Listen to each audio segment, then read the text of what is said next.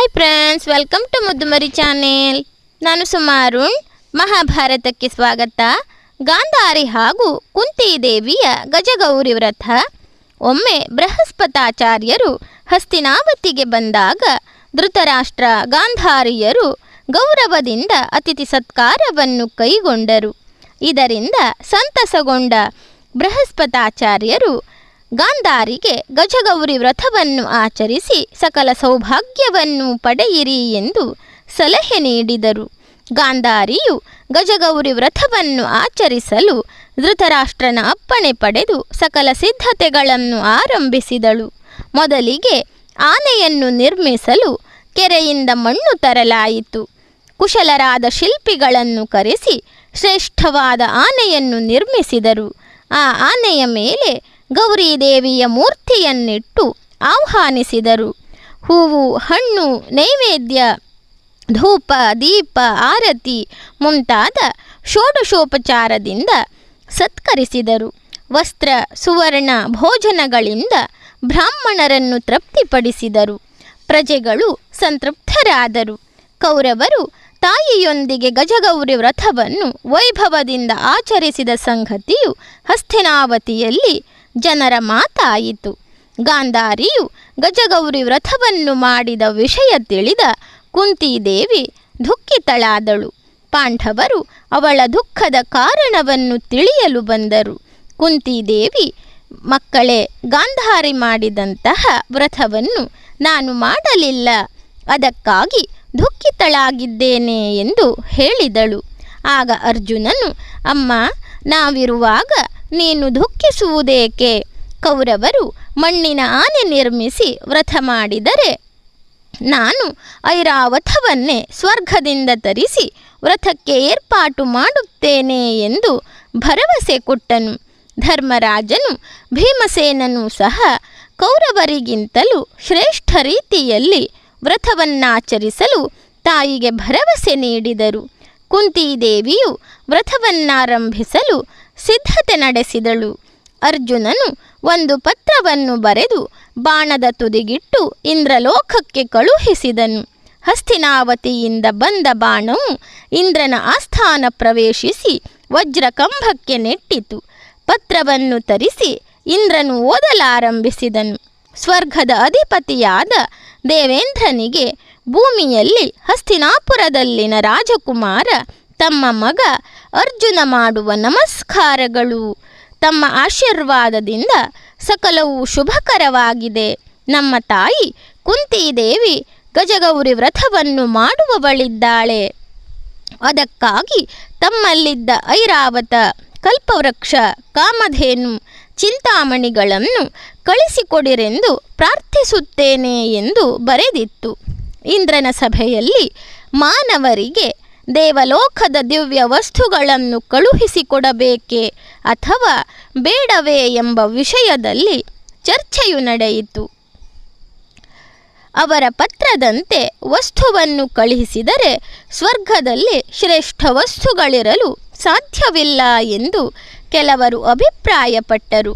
ಇಂದ್ರನು ತಟಸ್ಥನಾಗಿದ್ದು ಎಲ್ಲರ ಅಭಿಪ್ರಾಯವನ್ನು ಆಲಿಸಿದನು. ಇನ್ನು ಕೆಲವರು, ಪಾಂಡವರು ಶ್ರೇಷ್ಠ ವ್ಯಕ್ತಿಗಳು, ಅವರ ಕಾರ್ಯಕ್ಕಾಗಿ ವಸ್ತುಗಳನ್ನು ಕೊಟ್ಟು ಮತ್ತೆ ಮರಳಿ ಪಡೆಯಬಹುದು ಎಂದು ಹೇಳಿದರು.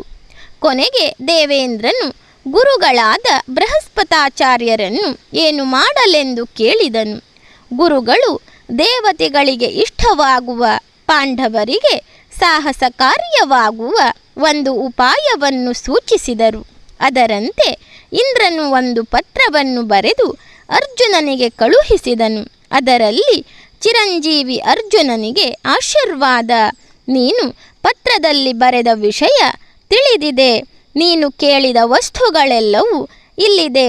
ಅವುಗಳನ್ನು ನೀನೇ ಸ್ವತಃ ಬಂದು ಅಥವಾ ಯಾರನ್ನಾದರೂ ಕಳುಹಿಸಿ ತೆಗೆದುಕೊಂಡು ಹೋಗು ಎಂದು ಬರೆಯಲಾಗಿತ್ತು. ಕುಂತಿಯ ಗಜಗೌರಿ ವ್ರತಕ್ಕಾಗಿ ಭೀಮಸೇನನು ಸ್ವರ್ಗಕ್ಕೆ ಹೋಗಲು ಸಿದ್ಧನಾದನು. ಅರ್ಜುನನು ಅಕ್ಷಯ ಬಾಣಗಳನ್ನು ಪ್ರಯೋಗಿಸಿ ಭೂಮಿಯಿಂದ ಸ್ವರ್ಗದವರೆಗೆ ಮೆಟ್ಟಿಲುಗಳನ್ನು ನಿರ್ಮಿಸಿದನು. ಪಾಂಡವರು ಐರಾವತವನ್ನು ತರಲು ಭೀಮನನ್ನು ಕಳುಹಿಸಿದರು. ಭೀಮನು ಹನುಮಂತನ ಬಳಿಗೆ ಬಂದು ವಂದಿಸಿದನು. ನಾನು ಸ್ವರ್ಗಕ್ಕೆ ಹೋಗಿ ಐರಾವತವನ್ನು ತರಬೇಕಿದೆ. ಅದಕ್ಕೆ ನಿನ್ನ ಆಶೀರ್ವಾದ ಮತ್ತು ಮಾರ್ಗದರ್ಶನ ಬೇಕು ಎಂದು ಹೇಳಿದ ಭೀಮನಿಗೆ ಹನುಮಂತನು, ತಮ್ಮ, ದೇವಲೋಕದಲ್ಲಿ ಪುರುಷಾಮೃಗವಿದೆ. ಅದು ಭಯಂಕರ ಪ್ರಾಣಿ. ನಾನು ನಿನಗೆ 5 ರೋಮಗಳನ್ನು ಕಿತ್ತುಕೊಡುತ್ತೇನೆ. ನಿನಗೆ ತೊಂದರೆಯಾದಾಗ ಒಂದೊಂದು ರೋಮವನ್ನು ನೆಲಕ್ಕೆ ಹಾಕು. ಆಗ ಅಲ್ಲಿ 1 ಕೋಟಿ ಲಿಂಗಗಳಾಗುವವು. ಪುರುಷಾಮೃಗ ನಿನಗೆ ತೊಂದರೆ ಕೊಡುವುದಿಲ್ಲ. ಲಿಂಗ ಪೂಜೆ ಮುಗಿದ ಬಳಿಕ ಮತ್ತೆ ನಿನ್ನನ್ನು ಬೆನ್ನಟ್ಟುತ್ತದೆ. ಅಷ್ಟರಲ್ಲಿ ನೀನು ಮುಂದೆ ಹೋಗಿರುವೆ. ಅದು ಮತ್ತೆ ಹತ್ತಿರ ಬಂದಾಗ ಮತ್ತೊಂದು ರೋಮವನ್ನು ಎಸೆದು ಬಿಡು. ಆಗ ನಿನಗೆ ಅವಕಾಶ ಸಿಗುವುದು. ಐರಾವತವನ್ನು ತೆಗೆದುಕೊಂಡು ಬಾ ಎಂದು ಹೇಳಿ ಕೂದಲುಗಳನ್ನು ಕೊಟ್ಟನು. ಅರ್ಜುನನು ನಿರ್ಮಿಸಿದ ಮೆಟ್ಟಿಲುಗಳನ್ನು ಏರಿ ಸ್ವರ್ಗಕ್ಕೆ ಹೋದ ಭೀಮಸೇನನು ಇಂದ್ರನಿಗೆ ಅರ್ಜುನನು ಬರೆದ ಪತ್ರವನ್ನು ಕೊಟ್ಟನು. ಇಂದ್ರನು, ಐರಾವತ ನಂದನ ವನದಲ್ಲಿದೆ, ತೆಗೆದುಕೊಂಡು ಹೋಗು ಎಂದು ಹೇಳಿದನು. ಭೀಮನು ಐರಾವತವನ್ನು ತೆಗೆದುಕೊಂಡು ಹೊರಟಾಗ ಪುರುಷಾಮೃಗ ಭೀಮನನ್ನು ಬೆನ್ನಟ್ಟಿತ್ತು. ಆಗ ಇನ್ನೊಂದು ರೋಮವನ್ನು ಭೀಮನು ಎಸೆದನು. ಆಗ ಪೂಜೆಯನ್ನು ಮುಗಿಸಿ ಪುರುಷಾಮೃಗ ಬೇಗನೆ ಭೀಮನ ಬೆನ್ನಟ್ಟಿತು. ಹಸ್ತಿನಾವತಿಯ ನೆಲದಲ್ಲಿ ಬಂದು ಕಾಲಿಟ್ಟಾಗ ಪುರುಷಾಮೃಗ ಭೀಮನನ್ನು ಹಿಡಿದು ಬಿಟ್ಟಿತ್ತು. ಆಗ ದ್ವಾರಪಾಲಕರು ಪುರುಷಾಮೃಗಕ್ಕೆ, ನೀನು ಈಗ ಭೀಮನನ್ನು ತಿಂದರೆ ಧರ್ಮರಾಜನ ಆಣೆಯಿದೆ ಎಂದು ಹೇಳಿದರು. ಧರ್ಮರಾಜ ಬರುವವರೆಗೆ ತಿನ್ನಬೇಡ ಎಂದು ಹೇಳಿದರು. ಧರ್ಮರಾಯನು ಪುರುಷಾಮೃಗಕ್ಕೆ, ಅರ್ಧ ಭಾಗವನ್ನು ನೀನು ತೆಗೆದುಕೋ, ಅರ್ಧ ಭಾಗ ನಮಗಿರಲಿ. ಭೀಮನನ್ನು ಸರಿಯಾಗಿ ಸಿಗಿದು ಅರ್ಧರ್ಧ ತೆಗೆದುಕೊಳ್ಳೋಣ ಎಂದು ಹೇಳಿದನು. ಧರ್ಮರಾಜನನ್ನು ಕಂಡ ಪುರುಷಾಮೃಗ, ನೀನು ಪುಣ್ಯವಂತ, ನಿನ್ನ ಮನೋಭಾವವನ್ನು ತಿಳಿದು ಸಂತಸವಾಯಿತು. ನಿನಗೇನು ಬೇಕೋ ಕೇಳು ಎಂದು ಹೇಳಿತು. ಧರ್ಮರಾಜನು ತಾಯಿ ಕುಂತಿದೇವಿಯ ವ್ರತ ಪೂರ್ತಿಯಾಗಲಿ ಎಂದು ಕೇಳಿದನು. ಪುರುಷಾಮೃಗದಿಂದ ವರ ಪಡೆದು ಧರ್ಮರಾಜನು ಭೀಮನೊಂದಿಗೆ ಹಸ್ತಿನಾವತಿಗೆ ಬಂದನು. ಜೊತೆಗೆ ಐರಾವತ, ಕಾಮಧೇನು, ಕಲ್ಪವೃಕ್ಷ ಮುಂತಾದವನ್ನು ತಂದರು. ದೇವಲೋಕದಿಂದ ತಂದ ವಿಶಿಷ್ಟವಾದ ವಸ್ತುಗಳನ್ನು ನೋಡಲು ಹಸ್ತಿನಾವತಿಯ ಸಮಸ್ತ ಜನರು ಬಂದರು. ವಿಶಾಲವಾದ ಅರಮನೆಯಲ್ಲಿ ದೇವತಾ ಸ್ತ್ರೀಯರನ್ನು ಸಹ ಇಟ್ಟಿದ್ದರು.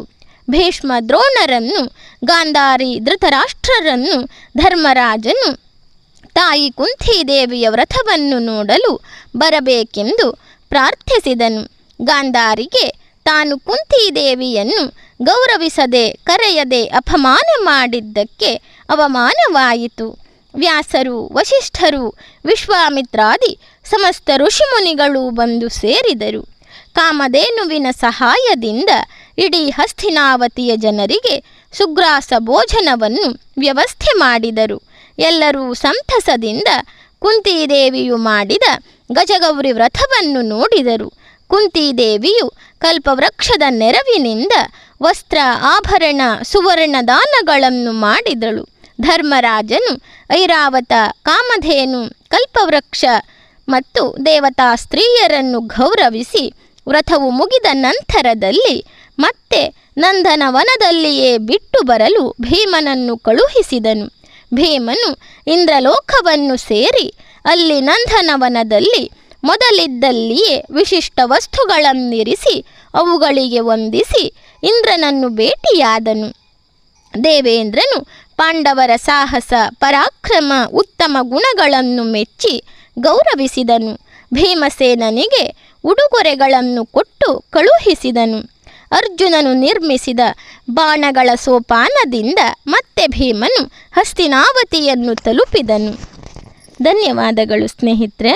ನನ್ನ ವಿಡಿಯೋಗಳೆಲ್ಲ ನಿಮಗೆ ಇಷ್ಟವಾಗ್ತಾ ಇದ್ದರೆ ನನ್ನ ಮುದ್ದು ಮರಿ ಚಾನಲನ್ನು ಸಬ್ಸ್ಕ್ರೈಬ್ ಮಾಡದೆ ನೋಡ್ತಾ ಇರುವವರು ದಯವಿಟ್ಟು ಸಬ್ಸ್ಕ್ರೈಬ್ ಮಾಡಿ, ಆಲ್ ಅಂತ ಸೆಲೆಕ್ಟ್ ಮಾಡಿಕೊಳ್ಳಿ, ಶೇರ್ ಮಾಡಿ, ಲೈಕ್ ಮಾಡಿ, ಕಮೆಂಟ್ ಮಾಡಿ.